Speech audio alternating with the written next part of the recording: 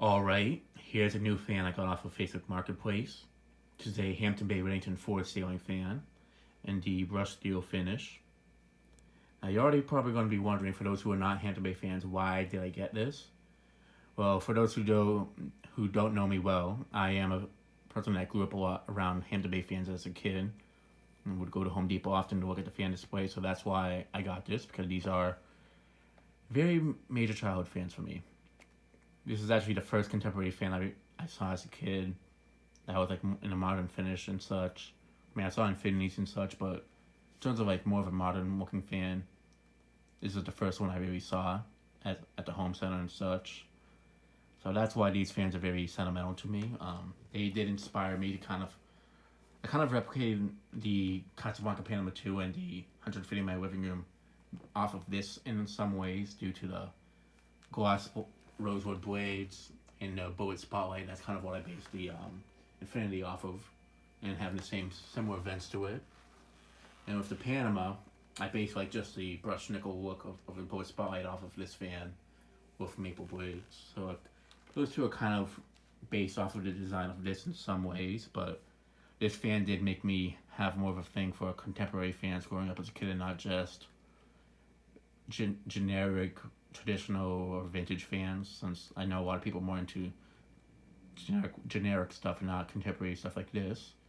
But I'm always into any type of fan as long as it's something that catches my eye, and this caught my eye quite a bit as a kid, because it was like one of the first fans of its kind that I saw growing up. Nowadays, it's something that you see all the time, but for me, this was like one of the first ones I saw. Now, I remember these were introduced around 2005. 2004 was the last year they sold a Redington 3, which is the same thing as this, basically, except the switch housing is a little bit different. It hangs down more, and it's a little bit skinnier. And it does not have pull chains, as this one clearly does. And something I found interesting with these is they actually had pretty long pull chains as well. I don't know why, but they do. My dad actually has two of these in antique brass. The antique brass and ones don't have a spotlight, they just have regular lights. Same thing, just like the regular 1903s, except for this brushed steel one, they have like that type of light kit on it. Same thing with the white and brass version that they also made a Redington 4 version of, which I didn't know about until I saw two of them at a place that me and Brandon picked up those two Hunter right at homes in the green finish. But I definitely do want to find one of these in the white finish with the spotlight. I really do like how that one looks.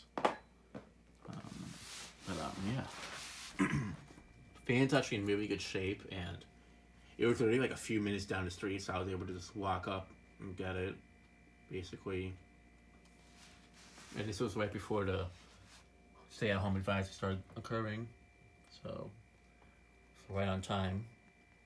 The logo on this fan is in really good shape. I do like how it looks with the brush, like the chrome look on it.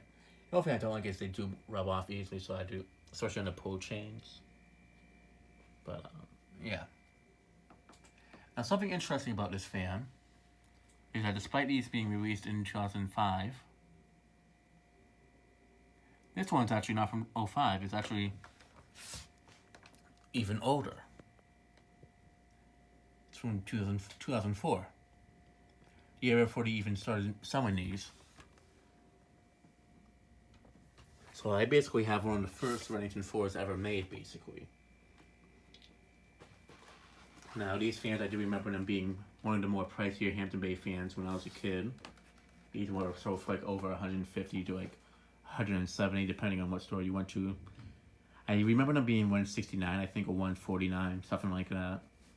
And it is actually a fan I did want to buy as a kid. I thought it would have looked cool in the living room if I was ever to take, ever take down carriage on the living room, but then I wanted the carriage house too. But I've always thought this would be a cool fan to have, and I'm finally glad I finally own one. And yeah, it's definitely a fan I've liked a lot as a kid. It was one of my favorite fans that they had on display as a kid. And I'm glad to finally own one, and I can't wait to test it. I have tested a few of them in a different finish before, the white and brass ones and the ones at my dad's house. So I do know that they are a decent performing Hampton Bay fan. They're not the greatest fans out there, obviously, because it's from Home Depot, and it's a Hampton Bay. But they do hold a special spot for me, since they are a very sentimental fan for me and such. And they aren't the worst fan for Hampton Bay. They are one of the more decent ones, as some people do know about. They're not like the quick. It is a quick connect fan, but it's actually not. In terms of performance, it's actually one of the better quick connect fans. In fact, I don't think I've tested one that's this good. But the performance on it's actually pretty decent, and the build on it's decent. Especially the spotlights, they actually are holding up very well. Which is something I've noticed. Hampton Bay fans, the spotlights tend to hold up pretty well, usually.